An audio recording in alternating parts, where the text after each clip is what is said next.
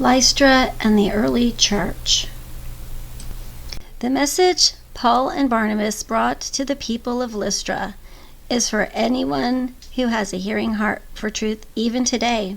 So listen now as we journey back in time to a place called Lystra and talk about some important events of early church history that happened as described in Acts chapters 10 through 15. Around AD 47 to AD 48, God sent two of his messengers of faith to proclaim the good news of the gospel to a small pagan-inhabited village known in biblical times as Lystra.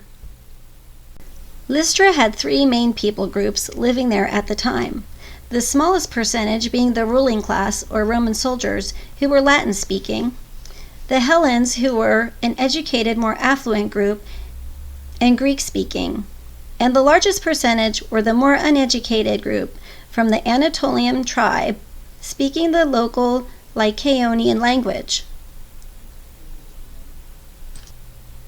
The Apostle Paul and Barnabas, while fleeing persecution by the Jews in Iconium, likely traveled along one of the many Roman roads built during Augustus's rule. This road, the Via Sabis, stretched from Antioch to Iconium, to Lystra and Derbe, then Lyranda, and finally Cilicia. Paul and Barnabas must have wondered what God had in store for them as they passed through the city gates by a pagan temple dedicated to Zeus, who was believed to be the Lord of the universe, displaying a statue of Hermes, a god known for his quick wit, on display. In Lystra, Paul and Barnabas preached the good news of Christ, and Acts 14:8 tells how there was a man who was without strength and sat crippled from the time of his birth, who heard Paul speaking. Paul, seeing that the man had faith to be healed, in verse 10, called out, "Stand up on your feet." At that the man jumped up and began to walk. When the Lycaonian people witnessed this, there was an uproar of the citizens, as they insisted that Paul and Barnabas were the gods Zeus and Hermes, to the Greeks, also known as Jupiter and Mercury to the Romans. Their legend held that these two gods had visited an old couple in Lystra long ago. So the temple priests brought oxen and garlands to the gates to sacrifice to Paul and Barnabas. Paul and Barnabas rejected this worship and cried out, "Friends, why are you doing this? We too are only human like you. We are bringing you good news, telling you to turn from these worthless things to the living God, who made the heavens and the earth and the sea and everything in them.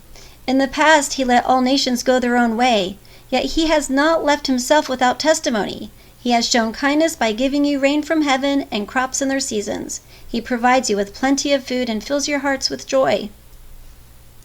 Even with these words, they had difficulty keeping the crowd from sacrificing to them. Acts 14 through 18, New International Version.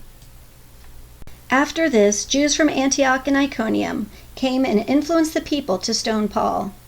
Paul's body is carried out of the city, but the disciples gathered around and he was revived. Even after his stoning, Paul and Barnabas went back to Lystra, strengthening the souls of the disciples. Besides all of the other saved souls in Lystra, this is where Paul meets Timothy. Timothy, whose father was Greek and whose mother was a Jewess, ended up serving Paul at a multitude of locations where churches had been established. At this time in history, there were various parties in opposition over the spread of Christianity to the Gentiles, most problematic being a sect of the Pharisees, known as the Judaizers, who claimed believing Gentiles needed to be circumcised and follow the law of Moses. Then you had a few others like Herod, who was happy to persecute and murder Christians to please the Jews, and there is even a man called Elymas the sorcerer in Acts 13:8 who tried turning the proconsul away from the faith.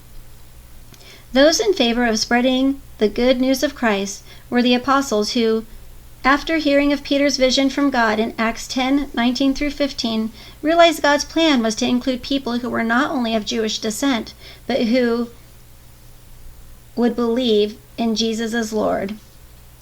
Ultimately at stake was the understanding that the gospel of Christ was either to be a belief system based on works or a belief system based solely on the grace given through faith that Jesus' death on the cross was sufficient to provide salvation. To settle the issue in Acts 15:2, the Judaizers decided Paul and Barnabas needed to head up to Jerusalem and have a meeting with the apostles and elders about the issue of circumcision and the laws of Moses. This has become known as the Jerusalem Council.